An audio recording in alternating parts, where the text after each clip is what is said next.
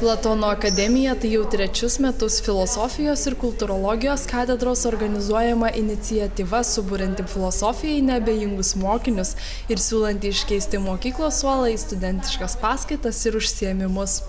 Akademijoje moksleiviai gauna galimybę susipažinti su juos dominančiomis filosofijos kryptimis, diskutuoti su dėstytojais, bendradarbiaudami su universiteto televizija kurti vaizdo klipus, nagrinėti kino ir medijų kalbą.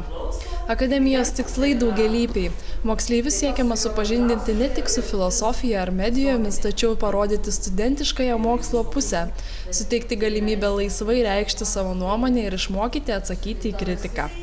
Pirmajame susitikime moksleiviams buvo pateiktos vaizdinės minties eksperimentų ištraukos, taip pat pasakojama apie kelias filosofinės teorijas. Ir nors pirmasis susitikimas jau vyko, Platono akademija laukia prisijungsiančių visų besidominčių ir filosofijai neabejingų moksleivių.